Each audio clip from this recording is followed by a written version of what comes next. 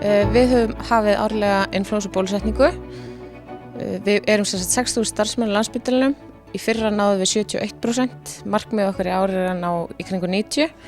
Bólusetningin hefur gengið bara mjög vel, bara farið vel af stað. Það var allavega hringbraut í gær, var bara mikil trafík, löng röð og við heldur bólusetjum 140 á 40 mínútum. Við hvetjum alla til þess að bólusetja sig, til þess að verja sjálfan sig og sjúklingana og til þess að ná sem bestu hjarðónæmi.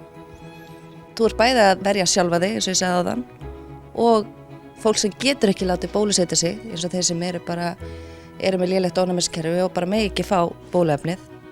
Og bóluefnið ver þig cirka 50% eða svo, til þess að verja sjálfan sig og sjúklingana. Hér á spítalanum sjúklingur í öndvegi og því það mikil ábyrgð okkar að hann smittist ekki ef við verðum lasin og þess vegna hvetjum við alla til þess að láta bólusetja sig.